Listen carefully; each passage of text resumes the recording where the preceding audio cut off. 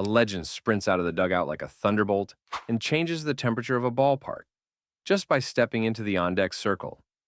That was Mickey Mantle, switch-hitting comet, rocket-legged center fielder, and the permanent echo of Yankee October. He arrived with impossible expectations, played through pain that would have ended most careers, and still left behind numbers and moments that sit near the summit of baseball history. How good was Mickey Mantle, actually?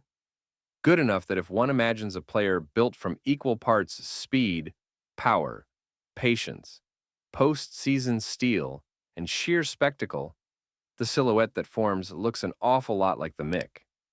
He came from the red dirt of Commerce, Oklahoma, a mill town that bred toughness.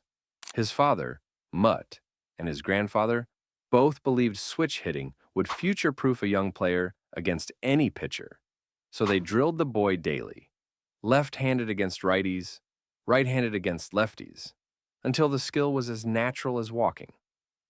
Mantle signed with the Yankees as a teenager and debuted in 1951, at just 19, as David to replace Goliath. Joe DiMaggio nearing sunset in center field, while New York whispered that the kid from Oklahoma might be the next American myth. Early on, he looked breakable, optioned back to the minors amid struggles, summoned back up with a swing already sizzling, and then the postseason baptized him in both glory and grief. A catch attempt in the 1951 World Series turned into a torn right knee when he caught his spike on an exposed drain cover chasing a DiMaggio fly, a freak accident that never stopped hurting and never fully healed. He was 19, and the long war between Mantle's talent and Mantle's body had begun. What followed was a masterpiece played through static.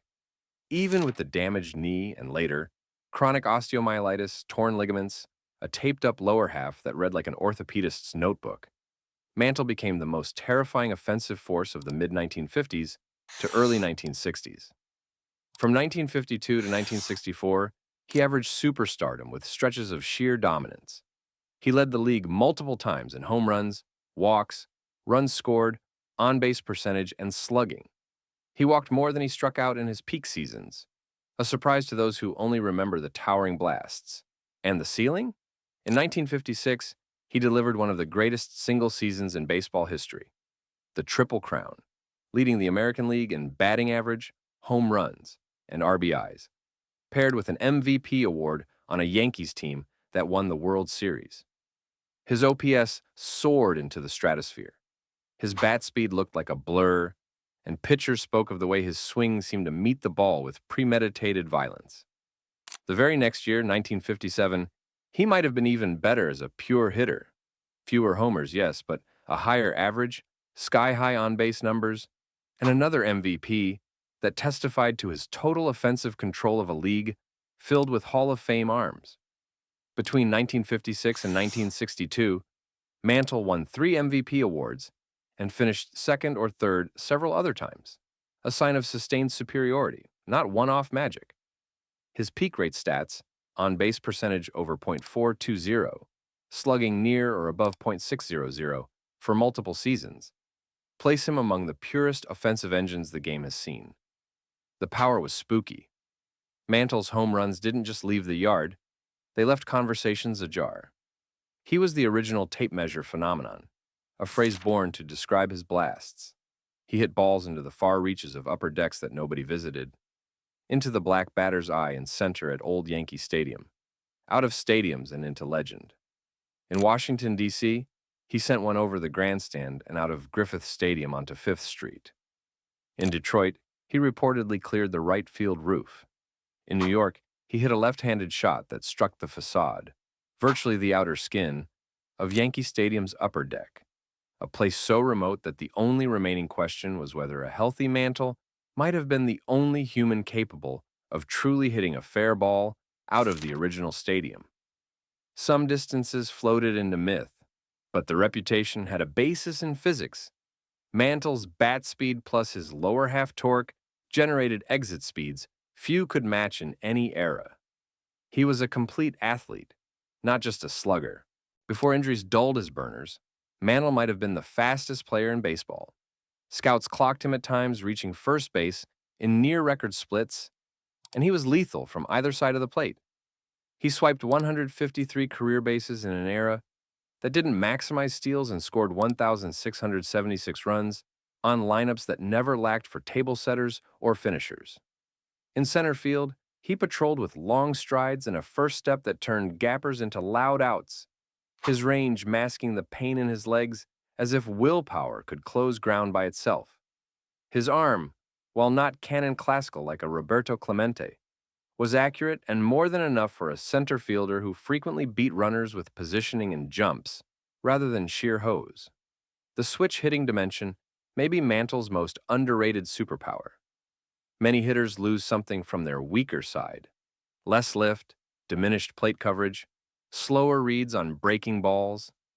Mantle brought terror from both boxes, punishing right-handers left-handed and left-handers right-handed with elite bat speed and pitch recognition. Managers couldn't neutralize him with platoon moves because both versions of the Mick were middle-of-the-order monsters. His lifetime splits attest to balance, and his peak years show that both sides could carry a season without help from the other. And then there was October. Mantle played in 12 World Series and won 7 of them, tying the Yankees to the American story of the 1950s and early 60s as securely as any ballplayer ever has. His postseason ledger is etched into the sport. He holds the World Series records for career home runs, RBIs, and runs scored.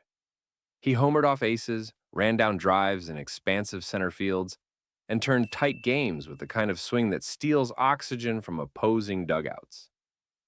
If the Yankees in that era felt inevitable, Mantle was one of the reasons inevitability had a jersey number. He did it while limping, while playing through tears and hamstrings and cartilage, while showing up to the lineup card even when common sense suggested a week off. The mythology of Mantle includes fragility. The reality is that he was one of the most stubbornly available superstars ever to play hurt and still perform at a championship level. All of this sits atop a career stat line that holds up to any forensic inspection. He finished with 536 home runs, a 298 batting average, an on-base percentage over 420, and a slugging percentage near 560. His career OPS plus, a park and era-adjusted measure of offensive value per plate appearance, lands deep in the historical top tier, right among the greatest bats in history. He led the league multiple times in OPS and OPS plus, signal flares of total offensive command. He earned 20 All-Star selections, the total padded during years with multiple All-Star games but still an index of respect, and won 3 MVPs, while finishing in the top 5 several other times. He took walks, crushed mistakes, punished velocity, and elevated in big spots. Context sharpens the picture. Mantle played half his games at the old Yankee Stadium, cavernous to left center for a right-handed hitter. That should have suppressed his right-handed power. It didn't suppress anything meaningful. He also played in a pitching-rich era with tight strike zones and travel that bruised bodies. Teammates included legends, DiMaggio early, then Yogi Berra, Whitey Ford, Roger Maris, so he wasn't a soloist inflating his counting stats on a bad team. He was the best player on great teams, and the best player on great teams is often the best player, period. Inevitably, comparisons arrive. Willie Mays versus Mickey Mantle is the classic barstool referendum. Mays had the longer prime, the fuller career on the field and off. Many rank him higher. But Mantle's peak was arguably the loudest in the 1950s. His best seasons can stand beside anyone's. His rate production, switch-hitting ferocity, and postseason dominance form a triangle of greatness that doesn't require apology. Ted Williams may have been the better pure hitter, Hank Aaron the steadier compiler and steward, Mays the more complete center fielder for longer. Mantle's case rests on apex. From roughly 1955 to 1962, he was the most devastating all-around offensive force in baseball, while playing premium defense in center on a dynasty. If the question is, how good was he actually? The honest answer is, inner circle great. A top handful of center fielders ever. And at peak, a level very few players in any era have matched. The injuries matter to the story and the imagination. Fans and historians hold two mantles in mind, the one that was and the one that might have been. The Mick we got was a three-time MVP and seven-time champion with rate stats that glitter. The Mick we dream about is the one with two healthy legs for a full decade, hunting balls in the gap and hunting Ruth's 60 earlier than 1961, chasing distance records with a sound knee and a full turn. It's not just wishful thinking. Mantle himself believed the knee changed everything, and teammates swore that at 19 before the injury, he was the fastest human they'd ever seen in a baseball uniform. His flaws were real and human. Mantle struggled with alcohol during and after his playing days, a battle he spoke about publicly later in life. He could be hard on himself and those around him. Greatness and pain rarely coexist peacefully. But the way he confronted his mistakes near the end, apologizing, urging others not to repeat his missteps, added an autumnal grace to a life that had been, for long stretches, lived like a sprint. So how good was Mickey Mantle actually? Imagine an MVP bat that could switch-hit thunder, welded to sprinter speed, set in center field on a team that spent most Octobers writing baseball's history.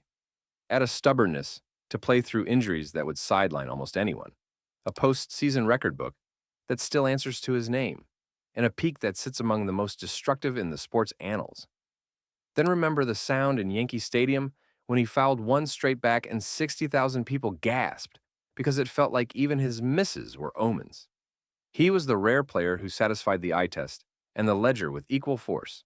The eye saw the ball vanish into upper decks that felt like sky. The ledger recorded the OBP, the OPS+, the MVPs, the rings. The heart remembers a center fielder who limped and still outran the angle, who swung from either side and made fear symmetric, who carried New York through summers and shaped its Octobers. In the end, the measure of Mantle is the same measure that applies to any immortal. What would the game look like without him? The answer is dimmer. Fewer balls would have left parks at trajectories that turned adults into children. Fewer roars would have rolled down the old stadium's girders. Fewer kids would have taped their ankles and believed they could still win that day's game. He was not perfect. No legend is. But the thing he did that few do, reshape the possibilities of a position, of an approach, of an era, still glows. A legend steps into the on-deck circle, digs in from the left side, then later from the right, and asks a pitcher a question the pitcher can't answer the same way twice. That was Mickey Mantle. Speed and power braided, October fluent, eternally young and perpetually hurt, daring the game to stop him and beating it to the bag anyway. How good was he actually? Good enough that the question itself feels small. The better one is this: how lucky was baseball to have him, limps and all?